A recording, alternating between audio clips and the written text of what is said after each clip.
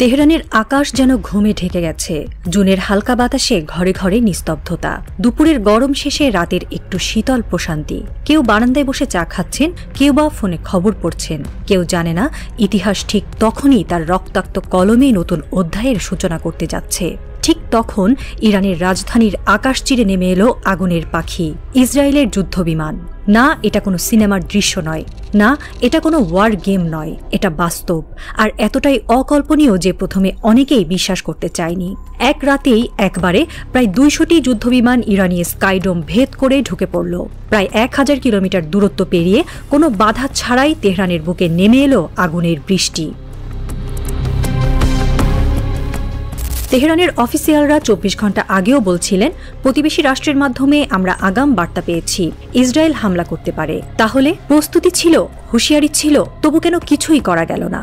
Air defence system নিষ্ক্রিয় ছিল, missile launcher নিঃশব্দ, আকাশে কোনো বাধা নেই, যেন কেউ আগেভাগেই স্ক্রিপ্ট লিখে দিয়েছিল আর তেহরানের প্রতিরক্ষা বাহিনী শুধু সেই চিত্রনাট্য অনুসরণ করল।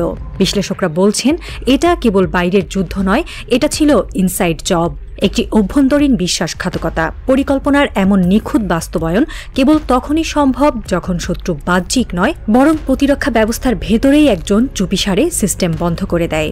অর্থাৎ যেন কেউ ইচ্ছাকৃতভাবে প্রতিরোধহীন এক যুদ্ধের পথ প্রশস্ত করে দিয়েছে। প্রশ্ন উঠছে, কাদের অনুমতি বা নিঃসন্দেহ নীরবতার আড়ালে এই হামলা এত সহজ হলো? হামলার পরদিন সকাল, তেহরানের রাজপথে মানুষের ভিড়। কেউ কেউ মোবাইলে ধোঁয়ার ছবি দেখছে, কেউ নিঃশব্দে চোখ মুছছে। কিন্তু সবার মনে একটাই প্রশ্ন, এটা কিভাবে সম্ভব হলো? হ্যাঁ, হামলার আগেই সতর্কতা ছিল। ইরানের গোয়েন্দা বিভাগ জানত আকাশপথে বিপদ আসছে। মিত্র রাষ্ট্রগুলো আগাম বার্তাও পাঠিয়েছিল। তবুও যখন সময় এলো তখন কিছুই করা গেল না। সামরিক রাডার অন্ধ হয়ে যায়, মিসাইল লঞ্চার কোনো সাড়া দেয় না, স্কাইডোমে ছিল না একটি ফাইটার জেটও। বিশ্লেষকদের মতে এটি ছিল একটি হাইব্রিড অপারেশন, শুধু বাহ্যিক আক্রমণ নয়, বরং ভেতর থেকে প্রতিরোধকে নিষ্ক্রিয় করার পরিকল্পনা। নির্ভুল সমন্বয়, নিঃশব্দ পদক্ষেপ আর আশ্চর্য রকমের সময় জ্ঞান, সব মিলিয়ে এটি ছিল একটি আদর্শ ডিপ স্টেট হামলা। এমন নিখুঁত প্রস্তুতি শুধু তখনই সম্ভব যখন শত্রু জানে ভেতরে কে ঘুমিয়ে কে জেগে। এই হামলার সবচেয়ে ভয়াবহ দিক ছিল ইরানের বিপ্লবী গার্ডের প্রধান নিহত হয়েছেন, কিন্তু বিমান হামলায় নয়। বিভিন্ন আন্তর্জাতিক গণমাধ্যমের বিশ্লেষণ বলছে তিনি মাটিতেই খুন হয়েছেন।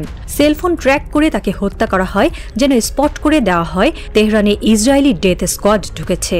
তারা জানে কে কোথায়, তারা জানে কখন আঘাত করতে হবে। এটি ছিল কেবল একটি হত্যাকাণ্ড নয়, এটি ছিল একটি বার্তা, আমরা তোমাদের মধ্যে ঢুকে গেছি, আর তোমাদের সর্বোচ্চ নিরাপত্তা বেষ্টনীও আমাদের থামাতে পারবে না। এই হত্যাই যেন গোটা দেশের শীর্ষ নেতৃত্বকে মানসিকভাবে স্তব্ধ করে দেওয়ার জন্য একটি মনস্তাত্ত্বিক বোমা। এ যেন সাইকোলজিক্যাল ওয়ারফেয়ারের সর্বোচ্চ স্তর।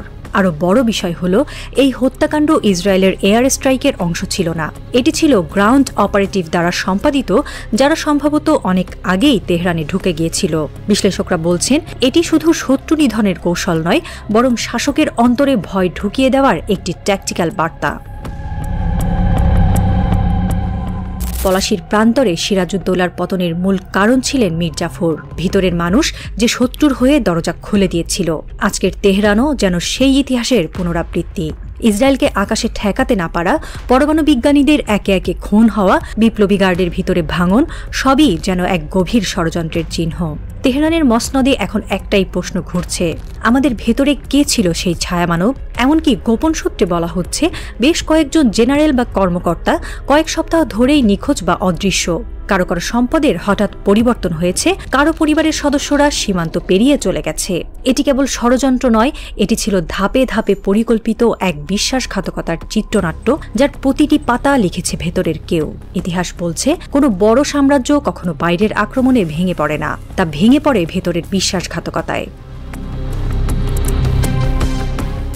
রাজপথে সাধারণ মানুষ জড়ো হচ্ছে, তারা ভয় পেয়েছে, তারা ক্ষুব্ধ, তবে তারা জানে না কার বিরুদ্ধে দাঁড়াবে। বিপ্লবের পথে জন্ম নেওয়া ইরান আজ নিজেই এক দোদুল্যমান রাষ্ট্র। একদিকে তেল, গ্যাস, পরমাণু শক্তি আর সামরিক মহিমা, অন্যদিকে ভেতরের ফাটল, অবিশ্বাস আর নিঃশব্দ বিশ্বাসঘাতকতা। আয়াতুল্লাহ খামেনির ভবিষ্যৎ এখন প্রশ্নবিদ্ধ। তিনি নিজেও কি নিরাপদ? গোটা রাষ্ট্রযন্ত্র কি তার নিয়ন্ত্রণে, নাকি কেউ একজন অদৃশ্য সুতো ধরে টানছে পেছন থেকে? জাতীয় নিরাপত্তা পরিষদের বৈঠকে নাকি একাধিক জেনারেল কোনো সিদ্ধান্তে পৌঁছাতে পারছেন না। কেউ বলছেন পাল্টা আক্রমণে ইসরায়েলের কিছু করা যাবে না, কেউ বলছেন প্রথমে ভেতরের মীর জাফরদের খুঁজে বের করো। এই দ্বিধা, এই বিভ্রান্তি যেন ইসরায়েলের প্রকৃত অর্জন, একটি রাষ্ট্রকে চেতনাহীন করে দেওয়া। বিশ্লেষকরা বলছেন এই হামলা ছিল 3টি ধাপে।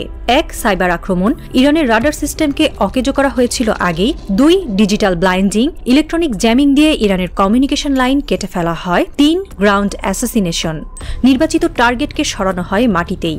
এমন নিখুঁত সমন্বয় কেবল তখনই সম্ভব যখন ভেতরে কেউ সব তথ্য জানে আর ইচ্ছাকৃতভাবে প্রতিরোধ বন্ধ করে দেয়। এছাড়া ড্রোন ও উপগ্রহের মাধ্যমে রিয়েল টাইম মনিটরিং, স্থানীয়দের মাধ্যমে হিউম্যান ইন্টেলিজেন্স সংগ্রহ এবং ডিজিটাল আইডেন্টিটি হ্যাকিং, সব মিলিয়ে এটি ছিল এক পরিপূর্ণ আধুনিক যুদ্ধ। আর যুদ্ধক্ষেত্র ছিল তেহরানের বুক, অস্ত্র ছিল শুধু বোমা নয়, তথ্য। এই সমন্বিত আক্রমণ একটাই বার্তা দেয়, যুদ্ধ এখন আর শুধু কামানের নয়, যুদ্ধ এখন তথ্য, বিশ্বাসঘাতকতা আর কৌশলের। ইরান এখন দাঁড়িয়ে আছে এক অদৃশ্য প্রান্তরে।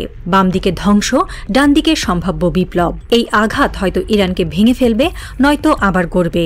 কিন্তু ইতিহাস বলছে, একটা জাতি যখন নিজেকে বিশ্বাস করতে পারে না, তখনই তার পতন অনিবার্য হয়ে ওঠে।